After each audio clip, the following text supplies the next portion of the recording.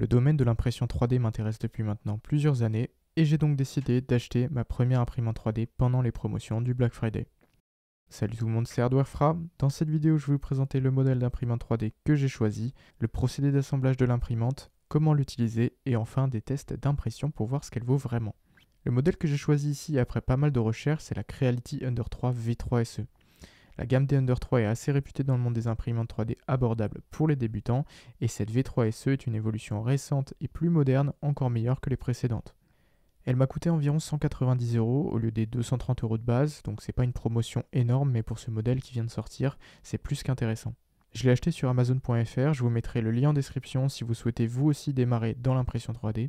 Au niveau de la boîte, on a un aperçu de l'imprimante et quelques informations. À l'intérieur, on retrouve le manuel d'utilisation, les outils, les visseries, les différentes pièces de l'imprimante car elle arrive en kit à assembler. L'assemblage est vraiment très simple et ne prendra que 10 à 15 minutes. Tous les morceaux sont déjà prêts, il n'y a plus qu'à les joindre entre eux. Creality nous fournit aussi dans la boîte une petite bobine de PLA blanc laiteux pour réaliser quelques impressions. Il faudra acheter les prochaines bobines séparément. Je vous en reparle juste après. L'imprimante est donc séparée en 4 pièces, la base, l'axe vertical, l'écran et le support de bobine.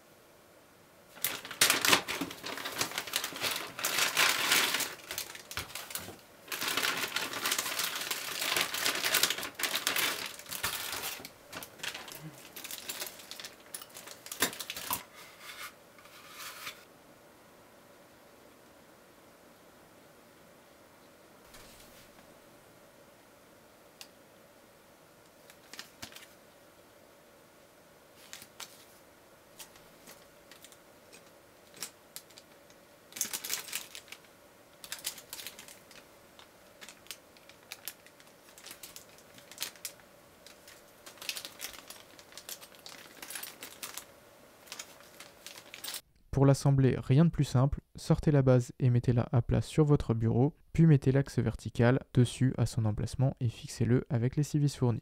Il faudra donc mettre 3 vis de chaque côté sous la base pour maintenir les deux pièces ensemble. Ensuite, 2 vis supplémentaires sur le dessus au niveau de l'axe vertical pour bien maintenir le tout. Après ça, on installe l'écran sur le côté droit avec 3 vis. Pensez bien à brancher le câble d'abord, ce sera plus facile, et utilisez la clé du bon diamètre fournie avec les accessoires. Reste maintenant à fixer le support de bobine sur le dessus de l'imprimante avec les 2 vis dédiées, puis à brancher tous les connecteurs. À savoir la nappe d'alimentation de la tête d'impression, à brancher sur le dessus, puis à fixer avec le support et les 2 vis noires fournies afin de ne pas l'abîmer lors du mouvement de la machine. Il faudra aussi l'accrocher sur le montant de gauche pour la maintenir et il y a un clip qui est déjà là pour ça d'origine sur l'imprimante. Le câble d'alimentation du moteur de l'axe vertical sera aussi à brancher en bas à gauche et enfin le câble d'alimentation secteur à brancher sur le côté gauche de l'imprimante. Avant d'allumer l'imprimante, veillez bien à sélectionner le bon mode de courant selon si vous êtes en France ou dans un autre pays. Le réglage se fait à l'arrière avec le tournevis fourni. Donc si vous êtes en France, mettez sur 230 volts et si vous êtes dans un autre pays, je vous laisse vérifier comment est votre réseau électrique pour pouvoir bien le sélectionner. Donc c'est 230 volts ou 115 volts pour information. Donc en France, vous mettez bien 230. Voilà, donc l'imprimante est maintenant assemblée, c'était vraiment rapide, merci Creality. On va maintenant pouvoir démarrer l'imprimante et la préparer pour notre première impression. Il faut juste mettre pour ça l'interrupteur rouge du côté gauche sur la position 1, puis nous rendre sur l'écran pour lancer la calibration du plateau. Sélectionnez d'abord la langue que vous souhaitez et ensuite vous aurez 4 options à l'écran. Impression, préparation, réglage et mise à niveau. Pour préparer l'imprimante pour notre première impression, il faut d'abord calibrer le plateau et les axes. Donc vous allez devoir sélectionner mise à niveau et ensuite vous laissez l'imprimante faire le travail. Ça ne durera que 8 minutes. Elle va automatiquement préchauffer la buse et mettre à niveau tous les axes pour une qualité d'impression optimale grâce à son capteur 3D Touch. Comme ça, pas besoin de le faire manuellement contrairement aux anciens modèles de la gamme. Pendant qu'elle se prépare, parlons spécifications techniques. Donc ce modèle dispose d'une surface d'impression de 220 x 220 x 250 mm, une vitesse d'impression allant jusqu'à 250 mm par seconde et une accélération allant jusqu'à 2500 mm par seconde carré. Cette imprimante accepte les filaments PLA, PETG et TPU d'un diamètre de 1,75 mm. La carte SD fournie a une capacité de 8 Go et un adaptateur USB fourni qui prend aussi en charge les cartes micro SD. L'auto-leveling se fait automatiquement sur 16 points, donc 4 lignes et 4 colonnes. La buse peut monter à un maximum de 260 degrés et le plateau à un maximum de 100 degrés. Merci à Super CDK de sponsoriser cette vidéo. Super CDK, c'est un site qui vend des clés et des licences Windows, ainsi que des jeux vidéo, des applications. Ici, ce qui nous intéresse le plus, c'est la licence Windows 10 Pro. Donc, comme vous pouvez voir, elle est à 20,18 €. Et avec mon code promotionnel SPHG, vous aurez moins 25% sur toute la boutique. Et en plus, pendant cette période, c'est les Halloween Sales. Ensuite, il vous reste plus qu'à mettre la licence dans le panier. Vous allez bien taper le code SPHG tout en majuscule et faire Apply. Et une fois que c'est fait, vous avez juste à payer par carte bancaire, PayPal, etc. Pour activer Windows sur votre PC, vous allez vous rendre dans les paramètres Windows, puis système et ensuite activation juste là. Modifier la clé de produit, vous allez juste copier-coller pour vous, ce sera beaucoup plus rapide. Faites suivant, activer. Ensuite, ça va vous mettre que ça a été activé à l'aide d'une licence numérique. Donc je vous mets les liens en description si vous êtes intéressé. Et merci encore une fois à Super CDK d'avoir sponsorisé cette vidéo. Sur ce, on retourne au sujet principal. Maintenant que la mise à niveau est faite, on va pouvoir lancer notre première impression. Donc moi, pour la première impression, j'ai choisi le fichier préinstallé sur la carte SD fournie avec l'imprimante. Il s'agit d'un chat porte-bonheur, Mannequin Echo. Et pour la lancer, il n'y a qu'à insérer la carte SD dans l'imprimante sur le côté gauche. Et pour information, les connecteurs de la carte SD doivent être vers le haut. Et ensuite, vous rentrez dans le menu Impression, sélectionnez le fichier 4.gcode et confirmez. Là, pensez bien à laisser la case calibrée sur Off, puisque c'est ce qu'on vient de faire, sinon ça va relancer la mise à niveau. L'impression totale a pris environ 1 heure avec le profil normal. Je vous laisse regarder un extrait de l'impression à vitesse réelle.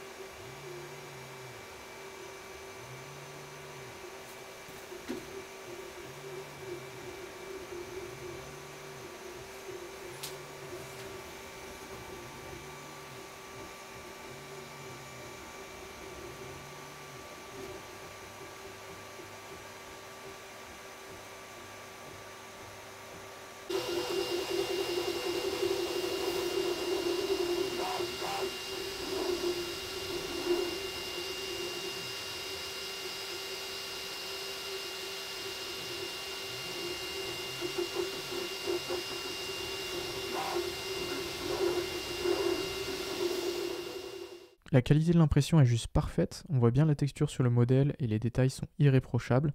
Pour environ 200 €, cette imprimante est bluffante et je vous donne mon point de vue honnête en toute transparence. Je ne suis pas sponsorisé par Creality et ils ne m'ont pas contacté. Je l'ai acheté par moi-même et j'en suis vraiment très satisfait. Maintenant, si vous souhaitez importer vos propres modèles 3D ou des modèles trouvés sur internet, vous pouvez utiliser le logiciel Slicer de Creality qui s'appelle donc Creality Print, qui est dédié pour cette imprimante et les autres modèles de la marque. Une fois sur le logiciel, vous n'aurez qu'à sélectionner le modèle d'imprimante Creality, la taille de la buse, là je vous conseille de laisser le paramètre par défaut, et ensuite glisser-déposer votre fichier .stl ou .obj dans le logiciel et vous laissez guider. Je vous conseille d'utiliser le mode normal préenregistré car je trouve que c'est celui qui donne le meilleur résultat avec la meilleure qualité et le meilleur temps possible. Après c'est mon avis, vous pouvez bien évidemment tout vous paramétrer vous-même, mais je vous conseille de ne pas trop y toucher si vous êtes un débutant. Personnellement, j'ai essayé et les rendus étaient vraiment pas ouf malgré mes recherches sur internet.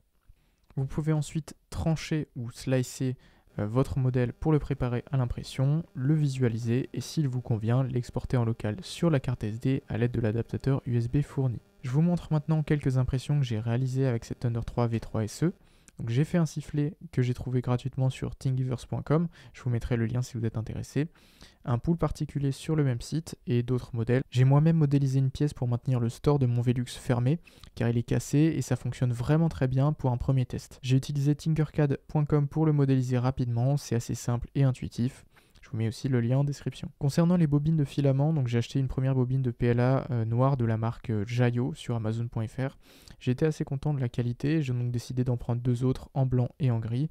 Je vous mets les liens en description si vous souhaitez commander les mêmes que moi. J'ai aussi tenté le filament PETG, mais malgré les réglages recommandés par le slicer de Creality, j'ai pas eu une qualité d'impression satisfaisante et donc je l'ai retourné. Je sais pas si c'est une erreur de ma part, un réglage ou un problème lié au filament lui-même, mais pour le moment je me contente du PLA. Pour conclure, donc cette Creality Thunder 3 V3 SE est très intéressante pour ceux qui, comme moi, souhaitent débuter et se lancer dans le monde de l'impression 3D à un coût très abordable, avec une surface d'impression très correcte et une qualité irréprochable. À environ 200 €, je peux facilement vous recommander ce modèle, même si vous n'avez aucune connaissance particulière dans le domaine. Je vous mets tous les liens d'achat dans la description de la vidéo et dans le commentaire épinglé si vous souhaitez vous la procurer, ainsi que des bobines de filament PLA. Cette vidéo touche à sa fin. Si elle vous a plu, n'hésitez pas à mettre un j'aime sous la vidéo, commenter pour me dire ce que vous en avez pensé, me poser vos questions, vous abonner à la chaîne si ce n'est pas déjà fait, me suivre sur les autres réseaux sociaux, Discord, TikTok, Instagram, Twitter, Twitch.